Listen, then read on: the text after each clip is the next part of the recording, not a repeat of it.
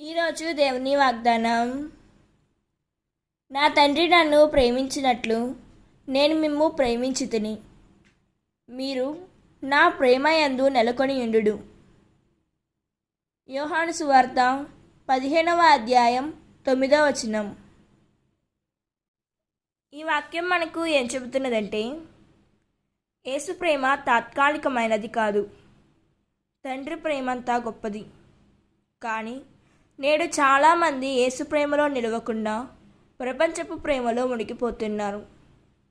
కష్టాలు వచ్చినప్పుడు మాత్రమే దేవుణ్ణి వెతికి, సుఖం వచ్చినప్పుడు ఆయనను మర్చిపోతున్నారు.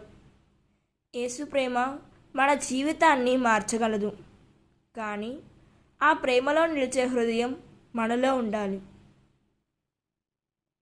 దేవుడు ఈ వాక్యం వింటున్న ప్రతి ఒక్కరిని దీవించునుగాక. ప్రార్థన.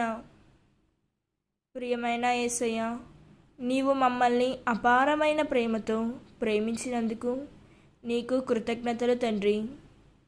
ప్రపంచ ఆకర్షణ వల్ల నీ ప్రేమ నుండి దూరమవుతున్న మా హృదయాలను క్షమించుము యేసయ్య. ఎలాంటి పరిస్థితుల్లోనైనా నీ ప్రేమలో నిలిచి ఉండే విశ్వాసాన్ని మాకు దయచేయుము. మా జీవితాలు నీ ప్రేమకు సాక్ష్యంగా మారేలా నడిపించుము తండ్రి. ఆమేన్. God bless you.